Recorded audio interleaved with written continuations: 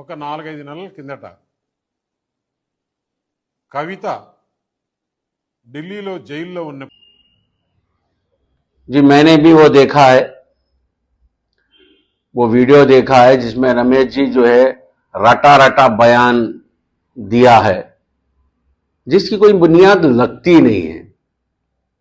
उन्होंने कहा 4 से 5 महीने पहले केटीआर साहब मेरे पास मकान पर आए थे और ये भी कहा है कि कविता मैडम साहिबा का बेल के लिए और ये जो एंटी करप्शन ब्यूरो के जो केसेस हो रहे वो अगर से हटा देते हैं तो हम बीआरएस को बीजेपी में मर्ज कर देते हैं, जो बिल्कुल कहीं से भी समझ में नहीं आता कि इसकी हकीकत क्या है।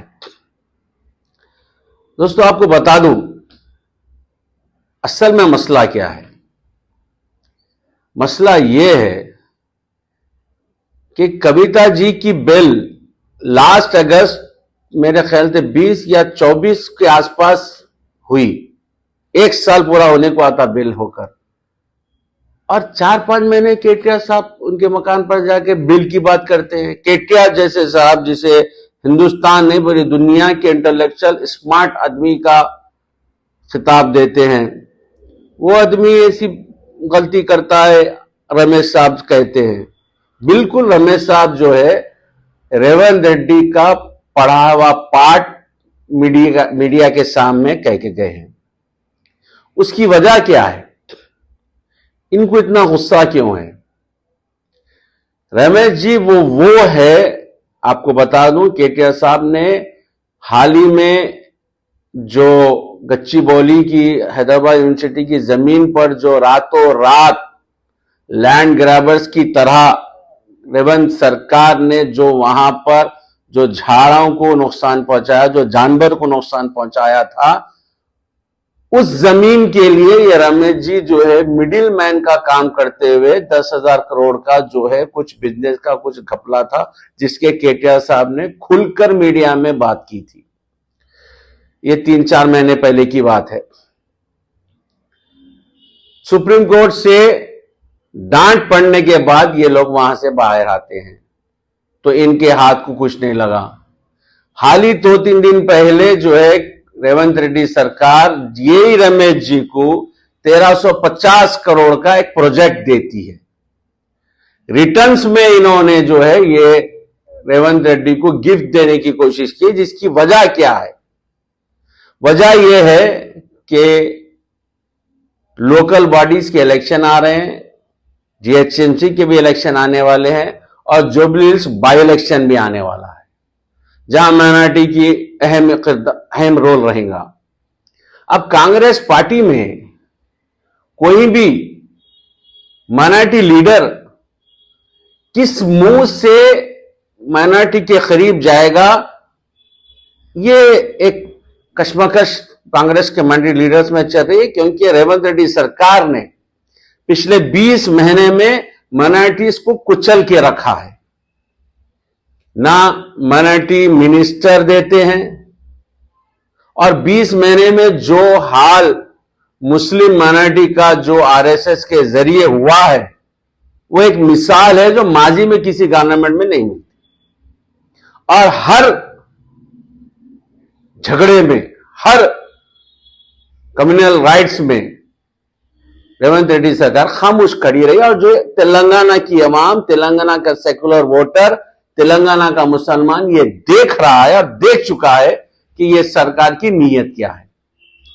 अब रेवंत रेड्डी सरकार परेशान है, करना क्या है, किस तरह से जाना है। अब एक अपने अपने तरीके से जो है एक स्क्रिप्ट तैयार की जा रही है कि तेलंगाना के मुसलमानों को कुछ बहला फुसलाया जाए, बीआरएस से खिलाफ किया जाए। एक तो यह बात समझ में आ गई। दूसरी बात, खुद बीजेपी स्टेट लीडरशिप के बीच में झगड़े चल रहे हैं। स्टेट बीजेपी प्रेसिडेंट के अनाउंस के बाद राजा सिंह रिजाइन करते हैं, बंडी संजय और इटाला राजेंद्र के बीच में झगड़ा चलता है, टॉप लीडरशिप आपस की लड़ाई के शिकार है, आपस के लड़ाई में शिकार में मुब्तला है।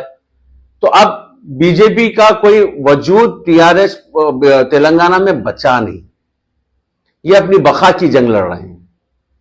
और कांग्रेस, क्योंकि 6 वादे और बहुत से 420 वादे, माइनॉरिटी डिक्लेरेशन के वादे, ये कुछ कर नहीं सकी, तो कांग्रेस भी परेशान है कि हम किस तरह जाएं। तो एक रमेश जैसे लोग और भी शायद आगे आएंगे जो कहीं पर बचाने की कोशिश करेंगे। मैं आपसे एक बात करता हूं, एक बात पूछता हूं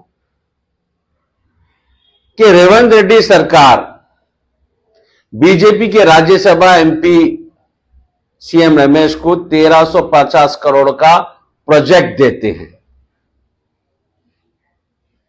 क्या अब इस बात के बाद आपको और कुछ बात की वजाहत की जरूरत है कि रेवंत रेड्डी किस तरफ जा रहे हैं?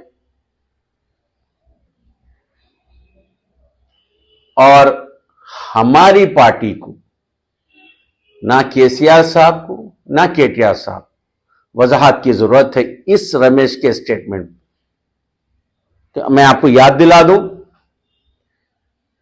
2014 के इलेक्शन से पहले केसीआर साहब ने एक बात कही थी कि तेलंगाना में हिंदू मुसलमान को किस तरह से इज्जत देनी है, यह तेलंगाना सरकार, केसीआर साहब की सरकार बनने के बाद किस तरह से इज्जत देनी है और किस तरह से हम इनके साथ रहेंगे, यह हिंदुस्तान देखेगा, एक मिसाल बनाएंगे। यह बात केसीआर साहब ने कही थी और 10 सालों में केसीआर साहब ने किसी के मजहब पर कोई उंगली नहीं उठाई। इससे हटकर हमको वजाहत की जरूरत नहीं है। हां, रेवंत रेड्डी को रमेश के ऐसे लोगों की जरूरत है, आगे भी जरूरत पड़ेगी। अब आपके हाथ में है, आपको समझना है कि आपका दोस्त कौन है।